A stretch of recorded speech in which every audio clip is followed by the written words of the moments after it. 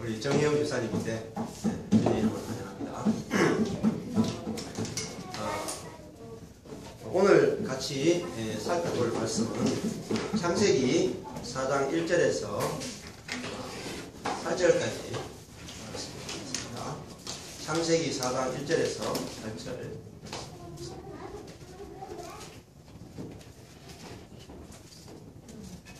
같이 찾았으면 보도록 하겠습니다. 하나님이 그 아내 하와와 동침하매 하와가 잉태하여 가인을 낳고 이르되 내가 여호와로 말미암아 등남하였다 하니라. 그가 또 아들을 낳았는데 아들을 낳은 세월이 지난 후에 가인은 땅의 소산으로 제물을 삼아 여호와께 드렸고 아들은 자기 고향의 첫 새끼와 그 기름으로 드렸더니 여호와께서 아들과 그 제물을 멸하셨으나 가인과 그 제물은 연락하지 아니하신지라. 가인이 심히 분하여 안색이 변하니 여호와께서 가인에게 이르시되 내가 분하여 거칠이며 안색이 변하여 거칠이며 내가 선을 행하면 어찌 낯을 들지 못하겠느냐. 선을 행치 아니하면 죄가 운에 엎드리느니라. 죄의 소원은 내게 있으나 너는 죄를 다스릴지니라. 가인이 그 아우 아벨에게 고하니라. 그 후 그들이 들에 있을 때에 가인이 그 아우 아벨을 쳐 죽이니라. 아멘. 뭐 쳐 죽이니라 하는데 아멘 하니까 좀 이상하긴 하지.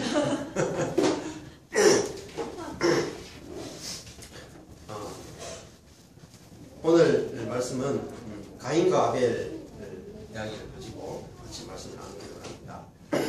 창세기 1장에서 3장까지 내용은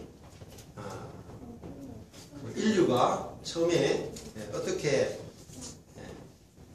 창조되었고 그리고 어떻게 타락되었는지 그 근원을 설명하는 책이 창세기 1장에서 3장이다 이렇게 말씀을 드렸습니다.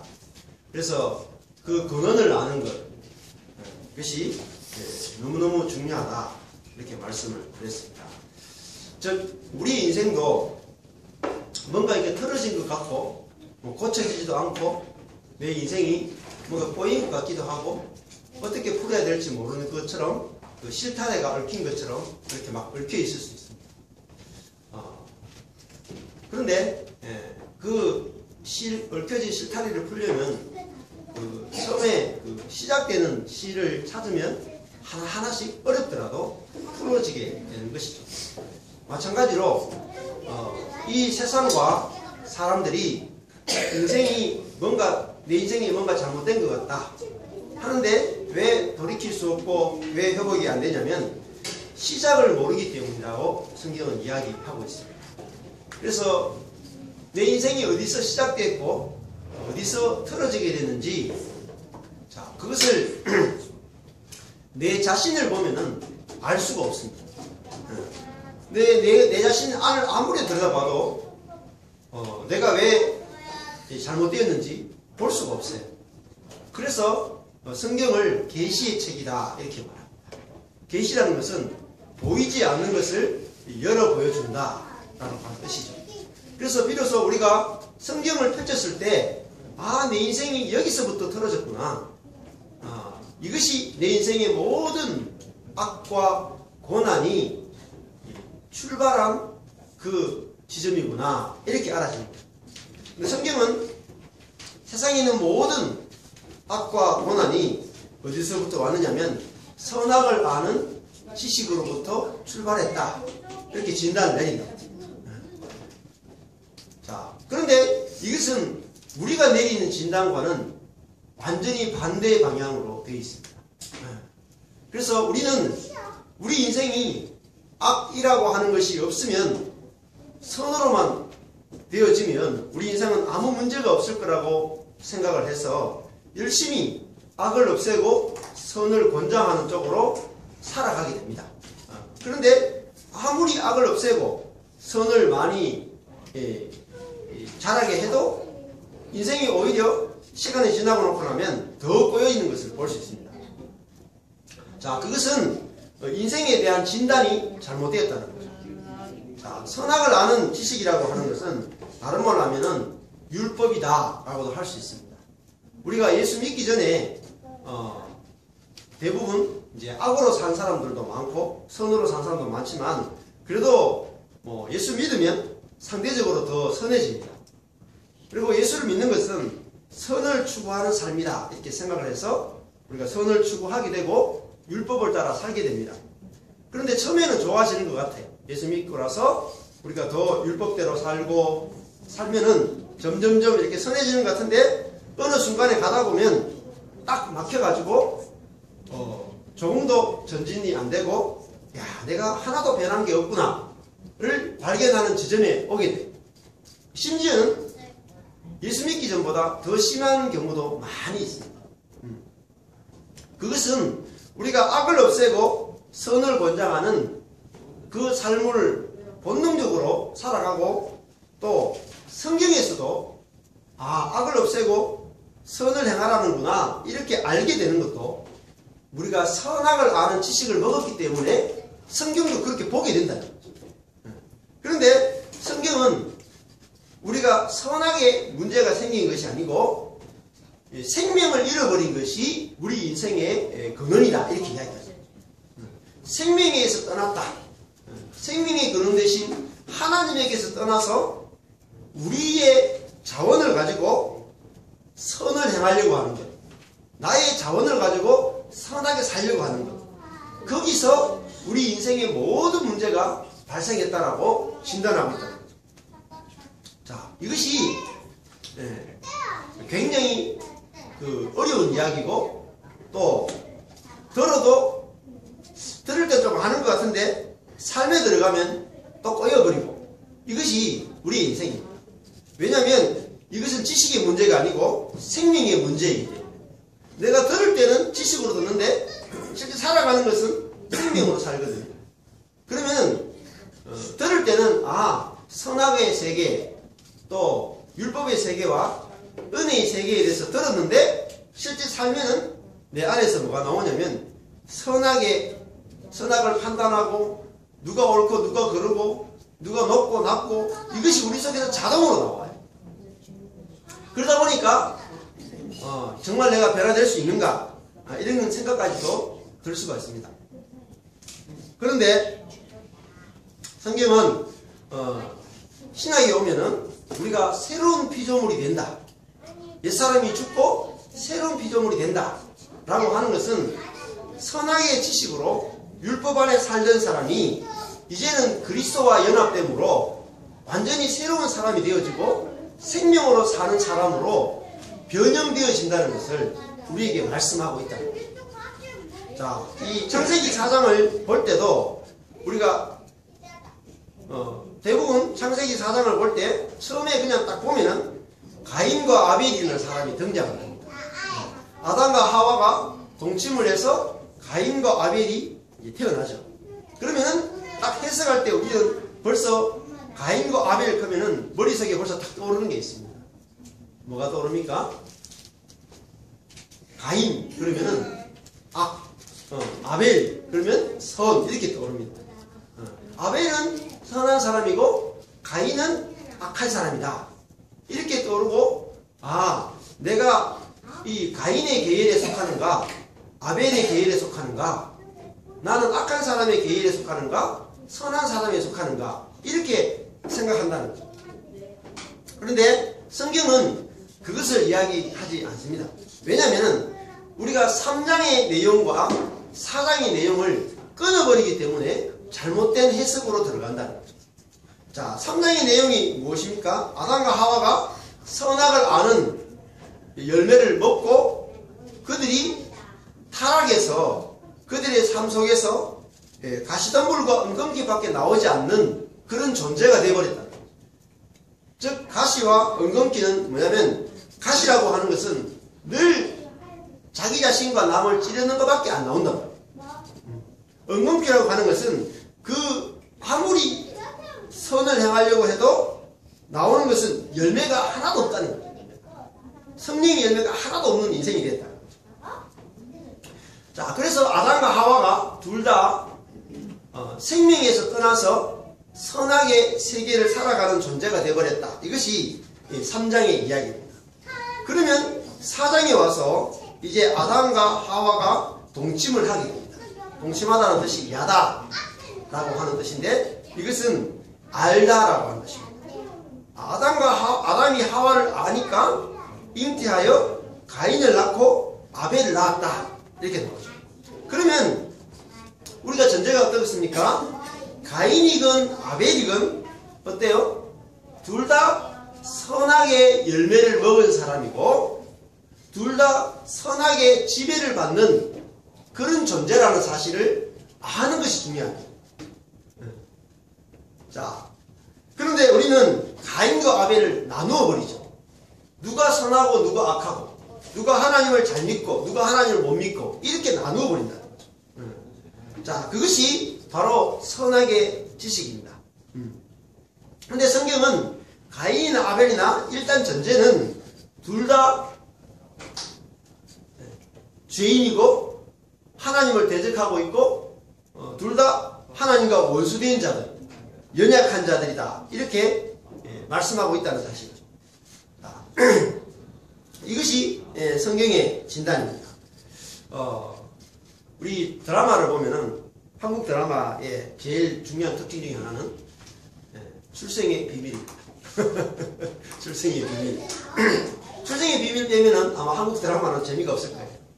뭐 둘이 막 열심히 싸우다가 내가 옛날에 잃어버린 그 딸이었다 이러면 바뀌어가지고 또 열심히 막 모든 걸 다 퍼주는, 참 너무 반전의 반전을 주는 게 출생의 비밀입니다. 창세기 4장도 엄밀하게 말하면 출생의 비밀입니다. 반전이 있어요. 뭐냐면 성경은 우리의 행위에 의해서 우리 인생이 결정되는 것이 아니고 씨에 의해서, 생명에 의해서 우리 인생이 결정된다, 이렇게 말하고 있습니다. 자, 이 패러다임이 바뀌는 게 중요해요.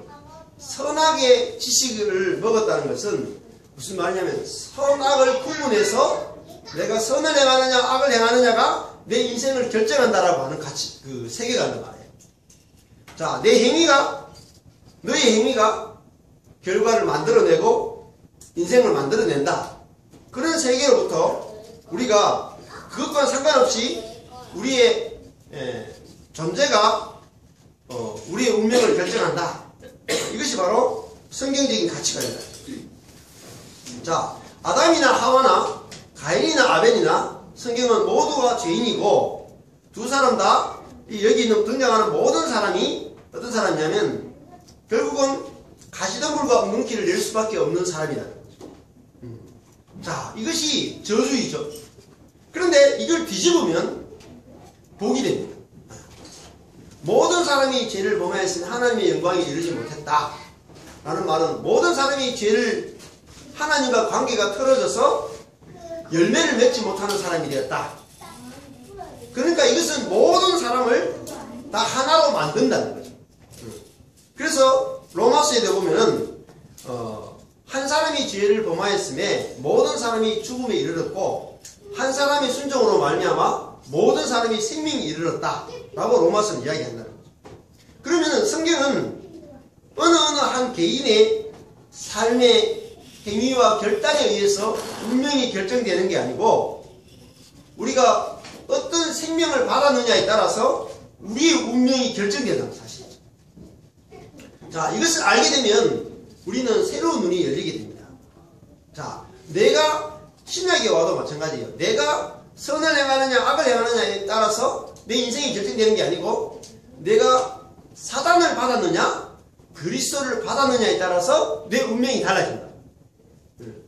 내가 육으로 사느냐 영으로 사느냐에 따라서 내 운명이 결정되는 거지 선으로 사느냐 악으로 사느냐로 결정되지 않는다는 사실. 이것을 보는 것이 너무너무 중요해요. 왜냐하면 우리 인생의 모든 악은 어디서 오냐면은 선악의 판단에서 온다는 거죠. 자, 우리 자신이 또 내 자신을 볼 때나 우리가 다른 사람을 볼 때 우리 속에는 항상 선악의 기준이 우리 속에 있습니다. 그래서 이 기준이 사람들 사이를 끊임없이 갈라내고 분열시켜내죠. 그런데 성경은 한 사람 안에서 모두가 죽고 한 사람 안에서 모두가 산다. 이렇게 모두를 연합을 시켜버려요. 하나로 만들잖아요. 창세기 2장에서도 아담 안에서 하와가 나왔습니다. 그죠? 한 사람 안에서 남자 안에서 여자가 나왔다. 그 둘이 연합하여 하나를 이룰지다. 이렇게 말했거든요. 하나에서 둘이 돼서 다시 하나가 된다. 그러니까 다른 말 하면 모든 인류는 겉은 다르지만 속은 똑같다는 것이죠. 겉은 행위는 다르고 모양도 다르고 기질도 다르고 성격도 다르고 어떤 사람은 선을 행하고 어떤 사람은 악을 행해도 그 밑바닥에 있는 생명은 똑같다는 거죠. 우리가 이 생명을 알게 될 때 존재를 알게 되는 거죠. 예를 들어서요, 우리가 생명이라는 것은, 생명의 나무라고 하는 것은 존재의 세계를 말하는데, 우리가 지나가는 개미를 보면서 대부분은 아마 그렇게 볼 거예요. 이게 이시개미, 전시개미, 박시개미 이런 식으로 안 볼 거라고요. 그냥 개미 이렇게 볼까요? 개별성이 없어요. 사람이 개미를 볼 때는 개미 하나하나의 개별성이 있는 게 아니라 개미처럼 개미로 생겼으면 다 개미예요. 우리가 개를 볼 때도 사람이 개를 보면은 모든 개가 다 그냥 도구 이렇게 딱 보인단 말이에요. 물고기를 보면은 다 물고기 이렇게 보이고 새를 보면 다 새로 보인단 말이에요. 그런데 사람이 타락한 것은 무엇이 타락한 거냐면, 사람은 이것이 타락한 거예요. 사람은 자기가 자기를 볼 수 있어요. 신기하잖아요. 모든 동물은 개별성으로서의 자기를 못 보는데 사람은 개별성으로서의 자기를 봐요. 그래서 늘 개별성으로서의 자기에 집착을 하게 되고 늘 자기를 보게 돼요. 그래서 다른 사람과 나를 끊임없이 다른 존재로 분열시키는, 그 다른 사람과 나를 다르다고 차별화시키는 데서 우리는 그 행복을 느껴요. 자, 우리 청소년들이 청소년 시기가 오면은 제일 하는 게 뭐예요? 내 마음대로 하고 싶다. 이게 청소년 시기의 특징이에요. 자, 왜 내 마음대로 하고 싶어요? 머리도 부모가 해주는 대로 이제 가만 안 있어. 시민은 막 호박머리를 해줘도 그냥 그대로 있잖아요. 근데 시원이를 만약에 데리고 저 머리를 호박머리로처럼 엄마가 막 깎아준다. 그러면 그때부터 대번 집을 나갈 거예요. 왜 그렇습니까? 나는 다른 사람과 차별되는 어떤 독특한 나만의 개성과 특징을 만들어내고 싶다. 그래서 남들보다 더 뛰어난 어떤 것을 가지고 싶은 거예요.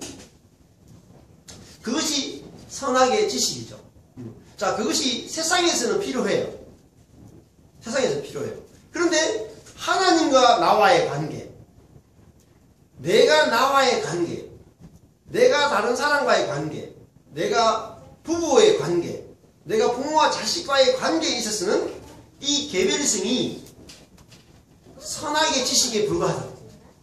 이것이 모든 문제를 만들어내고 악과 고난을 만들어내는 근원이 된다는 거죠. 우리가 원래 타락하기 전의 상태로 돌아간다고 하는 것은 마치 이것 같습니다. 사람은 사람이다, 이렇게 생각합니다. 개는 개고 물고기는 물고기고 사람은 사람이다. 우리가 내 자신을 볼 때 가장 중심으로 봐야 되는 것은 나는 사람이다, 이게 보셔야 돼요. 나는 피조물이다.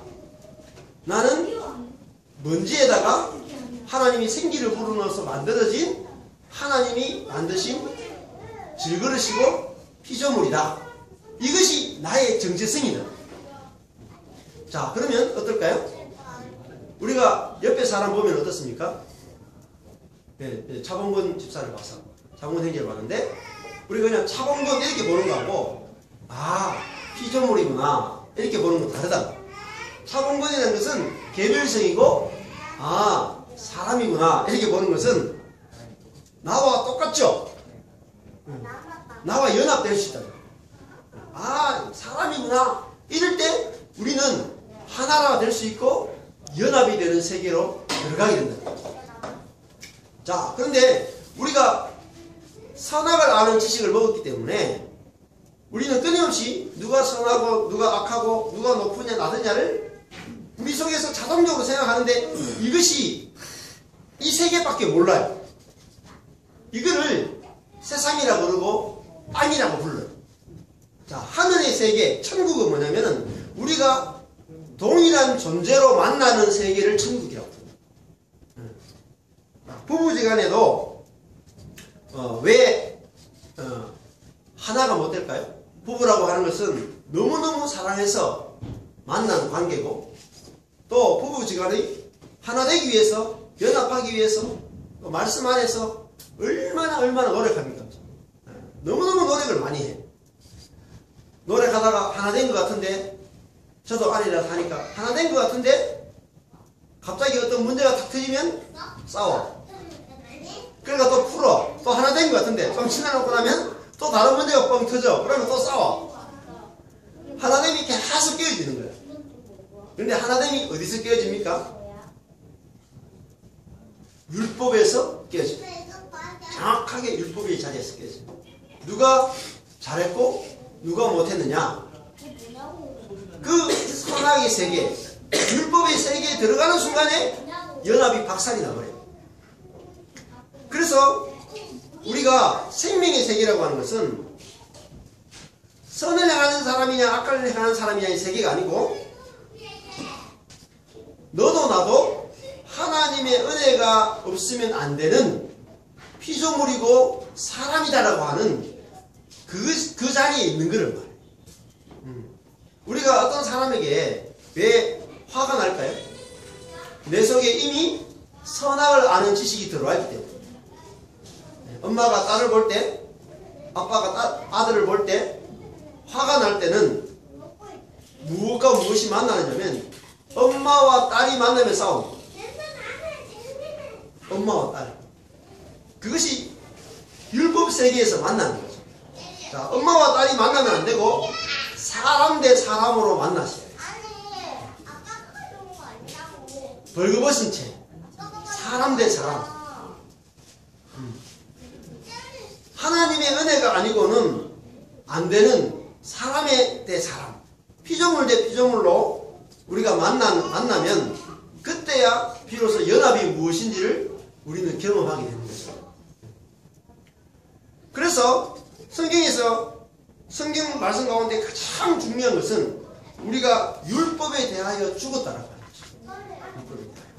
그래서 제가 그 아침인가 그제 저녁인가 아침인가 인터넷을 이렇게 설교를 하다가 우연찮게 이제 보게 됐는데 CGN TV에 보니까 김형익이라고 하는 목사님이 나와요. 요즘 좀 유명한 것 같아요. 근데 그 목사님이 설교하시는데 저하고 똑같은 설교하시네요. 똑같은 설교하세요. 근데 내가 보니까 굉장히 반응이 좋은 것 같아요. 똑같은 설교를 하세요. 근데 그 율법이 좋은 것 같지만 그 율법주의가 우리의 삶을 다 파괴하고 있다라고 하는 것을 우리에게 말씀해 주고 있다. 그래서 로마서 7장에도 가보면은 우리가 그 남편과 아내 이야기가 나와요. 그래서 그리스도인들이 이제 내가 살아가는 것이 누구와 더불어 살아가느냐 이 이야기를 해요. 자, 우리가 신부라고 이야기합니다. 신부라고 이야기하는데 로마 10장에 가면 우리가 신랑이 있는데 두 신랑이 있어요. 옛 신랑이 누구냐면은 율법입니다. 옛 신랑이 선악을 아는 지식의 나무가 바로 우리의 남편입니다. 그러니까 우리가 선악을 아는 지식의 나무와 결혼했어요. 그래가지고 우리가 뭐로 살아가냐면 늘 율법의 관점을 가지고 살아가요. 자, 그렇게 살아가다가 율법에 대하여 죽고 율법과의 관계가 끊어지고 이제는 두 번째 남편인 그리스도와 살게 되는 것, 그거를 성도의 삶이라고 정의 내리고 있다.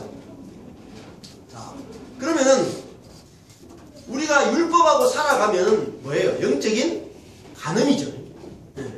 영적인 간음을 하면 어떻게 돼요? 자, 내가 그리스도와 결혼해서 오늘 말씀에 의하면 아담이 하와와 동침하다, 야다거든요.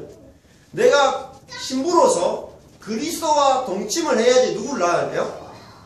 그리스도를 낳는다고. 내 속에서 성령의 열매가 나오지 않는 것은 내가 성령과 결혼하지 않았기 때문에. 내가 성령과 결혼해야지 성령의 열매가 나오는 거죠. 그런데 진짜 새 남편인 성령, 그런데 옛 남편인 율법, 옛 남편이 율법과 결혼하면 낳는 것이 율법밖에 없단 말이에요. 그래서 내가 누구와 연합하느냐에 따라서 완전히 결과가 달라져버려요.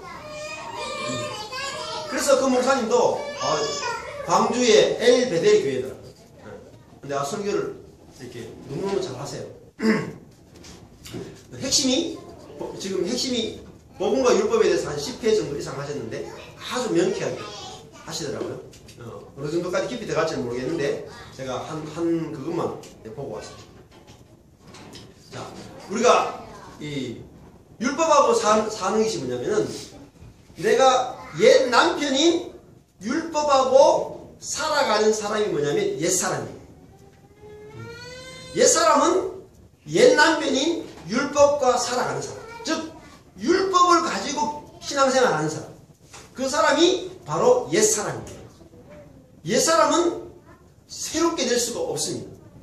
왜냐하면 자기 속에 끊임없이 율법이 올라와서 정말 사랑하는 남편인데도, 사랑하는 아내인데도, 사랑하는 자녀인데도, 사랑하는 성도인데도 율법으로 다 재단하고 판단해버려요. 결국은 어디까지 갑니까? 오늘 가인이 사랑하는 동생까지도 죽이는 데까지 간다는 거예요. 뭐가 나옵니까? 율법은 끊임없이 우리 속에서 뭐가 나와요? 가시덤불과 엉겅퀴가 나오게 합니다. 끊임없이 찌른단 말이에요. 신약에 오면 가시밭이 나오죠. 예수님이 네 종류의 밭이 나오는데 가시밭은 열매를 맺지 못하는 밭으로 나온단 말이에요. 그 가시는 결국은 율법을 가지고 살아가는 그 인생을 표현했단 말이에요. 자, 오늘 4장 2절에 보면은 가인은 뭘 하는 자입니까? 아벨은 양을 치는 자였고 가인은 농사하는 자였다, 이렇게 나와요. 자, 농사한다는 말은 원어로 보면은 아담아, 땅을 섬기는 자다, 이렇게 표현되어 있어요. 땅을 섬기는 자. 그러니까 단순히 그냥 농사한다는 게 아니고 땅을 일구고 땅을 섬기는 자다라고 하는 표현이죠. 자, 그러면 이 땅이 어떻게 바뀌었냐면은 창세기 3장 18절에서 땅이 내게 가시덤불과 엉겅퀴를 낸다, 이렇게 말했어요. 아무리 노력해도 가시덤불과 엉겅퀴밖에 나오지 않는 인생이 됐다는 거죠. 그래서 가인은 자기의 육을 열심히 일구고 그것을 농사짓지만 거둘 수 있는 것은 가시와 엉겅퀴밖에 없어요. 그것이 바로 가인의 인생이고 모든 인간의 인생이라는 겁니다. 자, 우리가 남편이 바뀌지 않으면 자녀가 바뀌지 않습니다. 그래서 그 성경에도 남편을 바꿈으로 인생이 달라진 여인 이야기들이 많이 나와요. 마태복음 1장에 보면은 5 여인들이 전부 다 남편을 바꿔서 완전히 인생이 뒤집어진 여자들 얘기 나와요. 바세바 같은 경우에 우리아의 아내였잖아요. 그러니까 그 여인은, 바세바는 자기가 아무리 노력해도 낳을 수 있는 것은 장군의 아들밖에 못 낳죠. 장군의 아들, 이방인의 아들밖에 못 낳아요. 그런데 다윗과 결혼하게 됐을 때 그 바세바는 간음을 했음에도 불구하고 솔로몬을 낳았다. 우리아의 아내였을 때는 정결했음에도 불구하고 장군의 자녀밖에 낳지 못했는 여자가 다윗과는 가늠함에도 불구하고 솔로몬을 낳았다. 그러므로 우리 인생이 나의 어떠함에 달린 것이 아니고 그리스도에 의해서 우리의 인생이 결정된다. 남편에 의해서 우리 속에서 어떤 열매가 맺힐지가 결정된다. 자, 그러면 우리가 사람을 보는 관점이 완전히 달라질 거예요. 내가 나를 보는 것, 내가 나를 볼 때도 나에 의해서 내가 결정된다라고 생각하는 것이 율법적 관점입니다. 상대방을 볼 때도 그 사람의 행위로 그 사람을 판단하는 것이 바로 율법의 관점인데, 그러면 계속해서 죽음이 일어난다는 거죠. 자, 그래서 우리가 밭은 시에 의해서 결정이 나죠. 밭은. 마찬가지로 우리 인생도 남편인 그리스도에 의해서 우리가 결정이 된다. 근데 이것을 뒤집어 놓은 게 누구냐면 사단이에요. 이걸 속인단 말이에요. 이걸 완전히 뒤집어 속인다. 자, 어디까지 속아 있냐면 그리스도인들도 완전히 속아 있어요. 여러분, 구원은 그리스도에 의해서 우리 이루어지는 걸 믿죠. 구원. 그런데 성화라고 하는 부분, 우리가 거룩하게 되어가는 성화라고 하는 부분에 가면 나의 성화가 그리스도에 의해서 결정되는 게 아니고 나의 경건의 노력에 의해서 결정된다라고 바뀌어버려요.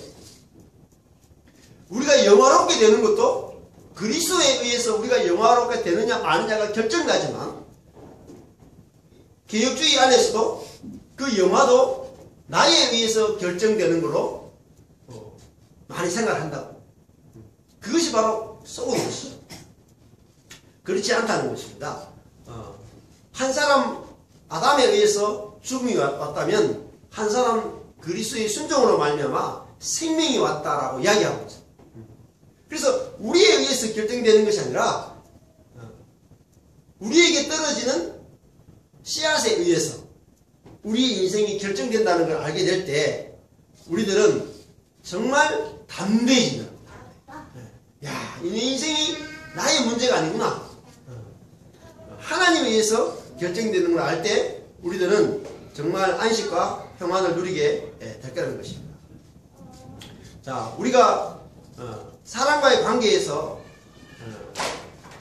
연합이 안 되고 늘 싸움이 일어나고 평안이 없는 것이 사람으로 보지 않기 때문이다.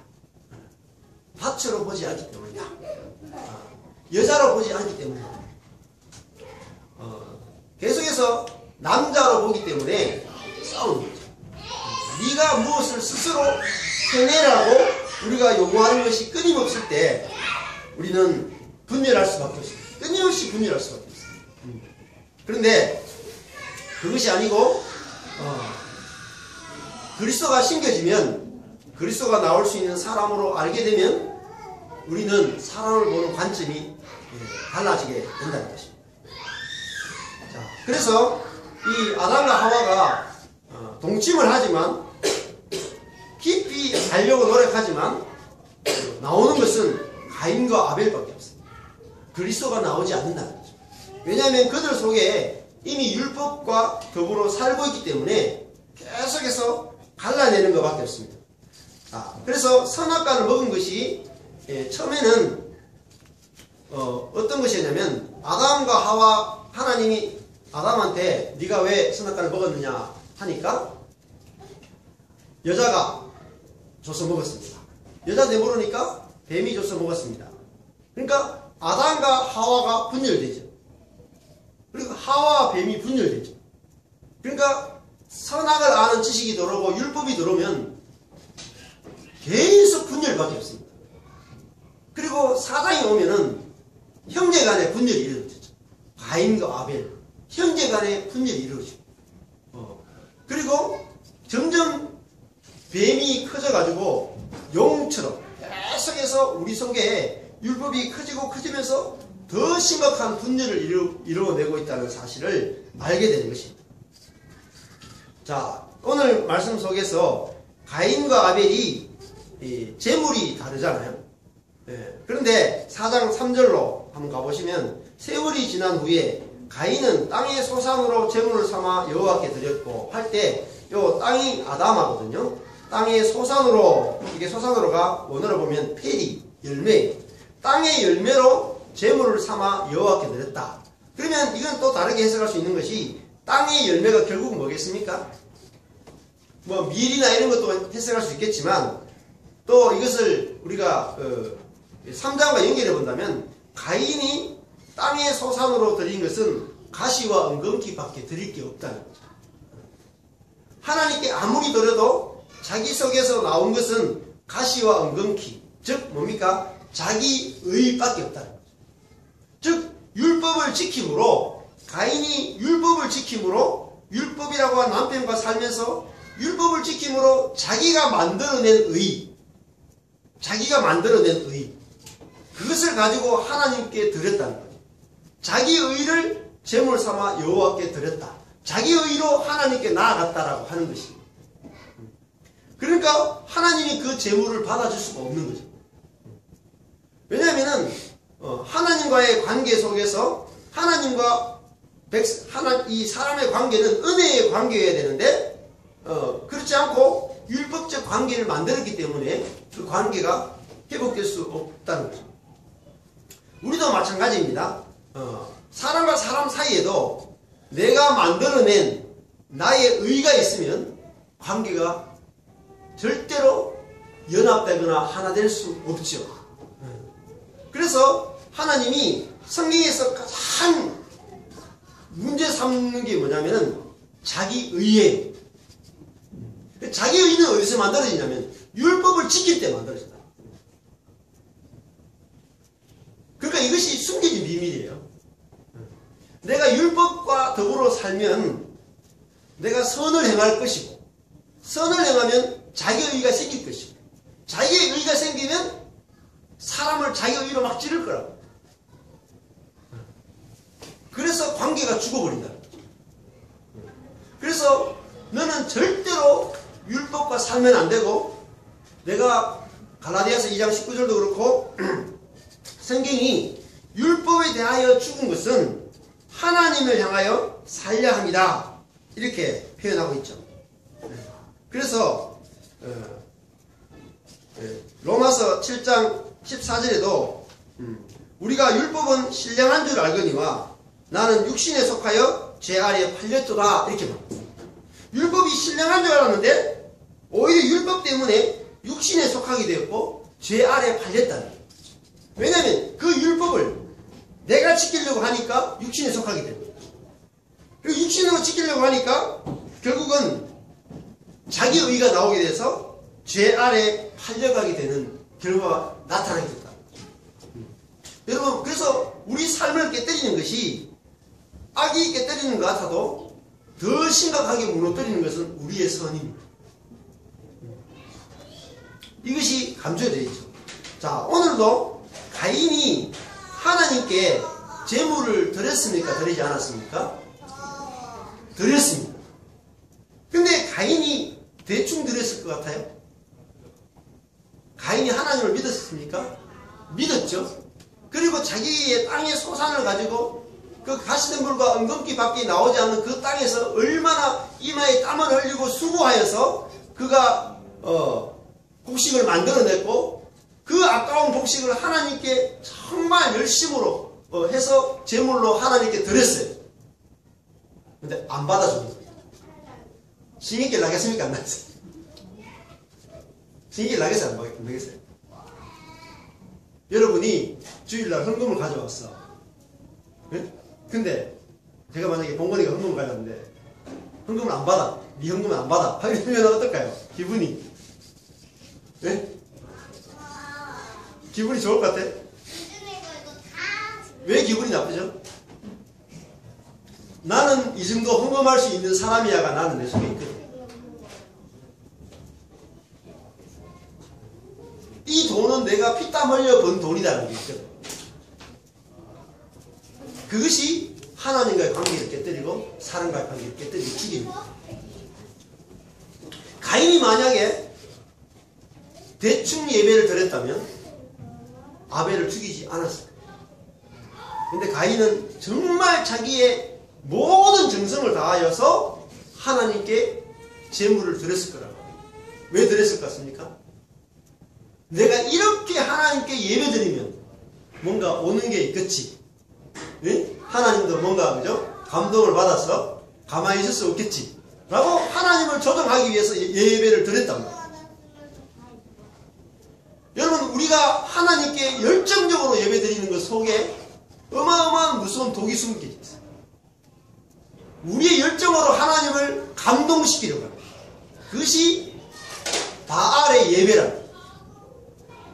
엘리야와 바알 선지자가 갈멜산에서 붙을 때 바알 선지자들과 아세라 선지자들은 어떻게 했습니까? 자기 몸을 피를 흘리면서 너무너무 열정적으로 예배를 드리죠. 근데 엘리야는 어떻게 예배 드립니까? 예배를 어떻게 드려요? 물 붓죠. 예배에 물 붓버리죠. 열정을 다 식게 만드는 거예요. 열정을 완전히 예배의 열정을 다 식게 만들어버리고 열정을 불러일으키지 못하도록 완전히 물로 다 덮어버려요. 그리고 오직 하나님의 은혜로만 우리의 열심이 아닌 하나님의 은혜로만 드려지는 예배, 그 예배를 회복시켰다. 예배는 은혜의 방편이에요.